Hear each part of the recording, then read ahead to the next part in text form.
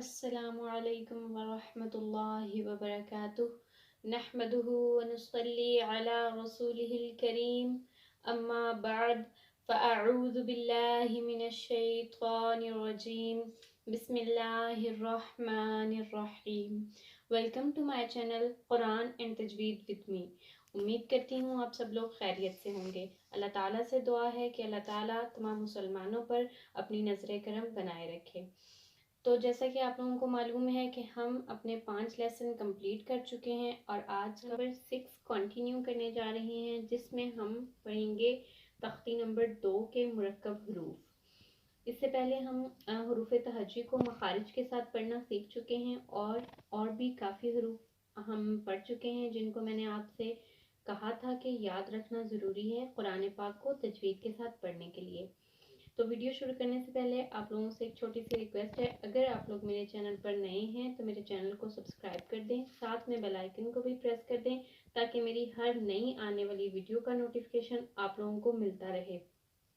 तो चलें चलते हैं आज की वीडियो की तरफ। बिस्मिल्लाहिर्रहमानिर्रहीम। आज का हमारा पहला हरफ जो है वो है अलिफ। अलिफ अलिफ अलिफ तो आप सब लोग जानते हैं कि ये पहला हरूफ तहज्जी है। तो अब हम अगला हरफ पढ़ते हैं जो है बा। बा। अब हम बा को अलिफ के साथ मिलाकर पढ़ेंगे। ये बा की दूसरी शक्ल है, ठीक है। अब हम बा को अलिफ के साथ मिलाकर पढ़ेंगे। जब बा को अलिफ के साथ मिलाकर 2 हरूफ पढ़ते हैं तो यही हरूफ जो हैं ये मुरक्कब हरूफ कहलाते हैं। ये है बा। बा के नीचे एक नुक्ता होता है और इसको जब हम अलिफ के साथ मिलाएंगे तो ये बन जाएगा बा अलिफ। बा अलिफ। अगला हरूफ है ता। ये इस ता को अब हम अलिफ के साथ मिलाकर पढ़ेंगे। तो ता की जो निशानी है इसको हम इस तरह याद रख सकते हैं कि इसकी शक्ल इस तरह होती है और इसके अंदर 2 नुक्ते होते हैं। ता अलिफ, ता अलिफ, ता अलिफ। अगला हरफ है सा। सा। सा और ता बिल्कुल एक जैसे दिखने में होते हैं, लेकिन इन दोनों में एक फर्क होता है कि इसमें 2 नुक्ते होते हैं और इसमें 3 नुक्ते होते हैं। तो अगला इसको हम अलिफ के साथ जब मिलाएंगे तो इसको हम पढ़ेंगे सा अलिफ। सा अलिफ। इसको हम खींच कर नहीं पढ़ेंगे, बिल्कुल जैसे हम पहले हरूफ तहज्जी में पढ़ चुके हैं वैसे ही पढ़ेंगे। सा अलिफ, सा अलिफ। अगला हमारा हरफ जो है ये है नून।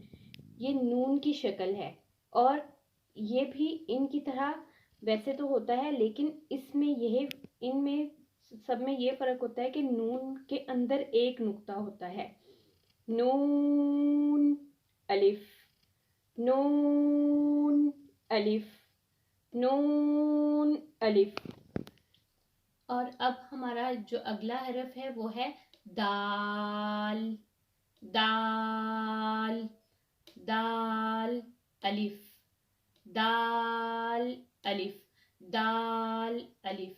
दाल को हम खींच कर पढ़ते हैं, जैसे हम हरूफ तहज्जी में पढ़ते हैं वैसे ही इधर भी हम दाल को पढ़ेंगे। दाल अलिफ। अगला हरफ फिर बा है और बा को अब हम फिर अलिफ के साथ मिलाकर पढ़ेंगे। बा अलिफ, बा अलिफ, बा अलिफ। इससे अगला हरफ भी बा है और बा को हम जीम के साथ मिलाकर पढ़ेंगे। अब बा की आधी शक्ल ये है बा और ये है जीम। जीम के अंदर एक नुक्ता होता है। तो अब हम इसको मिलाकर पढ़ते हैं बा जीम, बा जीम। और बा की एक और शक्ल होती है जो इस तरह की होती है। जब हम कुरान पाक में इसको पढ़ते हैं तो बा मुख्तलिफ शक्लों में आपको देखने में नजर आता है। तो ये जो है बा, ये भी बा है और इस तरह की शक्ल जो होती है वो भी बा की होती है, जिसके नीचे एक नुक्ता होता है। अब हम इसको खा के साथ मिलाकर पढ़ेंगे। जीम और खा। जीम में एक नुक्ता होता है, खा के ऊपर एक नुक्ता होता है। तो चले अब हम इसको पढ़ते हैं बा खा, बा खा, बा खा। तो चलें अब हम अपना اگلا حرف پڑھتے ہیں جو ہے یہ ہے با اور یہ ہے تا. با کے نیچے ایک نقطہ ہوتا ہے اور تا کے اوپر 2 نقطے ہوتے ہیں. با تا با تا. یاد رکھیں ان میں سے کسی بھی حروف کو آپ نے کھینچ کر نہیں پڑھنا کیونکہ وہ مجہول ہو جائے گا. تو آج کی ویڈیو کے لیے اتنا ہی. انشاءاللہ نیکسٹ ویڈیو میں ہم اگلے حروف کی مشق کریں گے. تب تک کے لیے اللہ حافظ.